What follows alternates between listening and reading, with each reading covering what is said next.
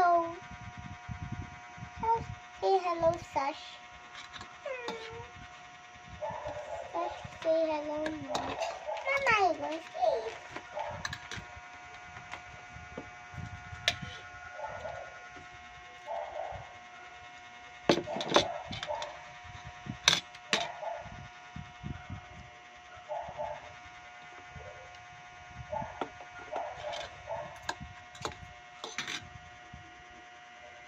Pakita mo si Sash.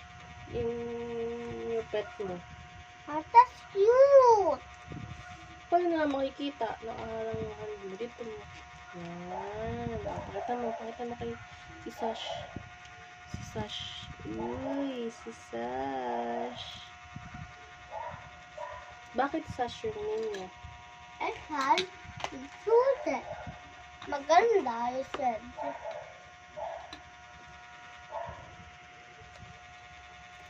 Ano? Sabi mo maganda. Sash yun.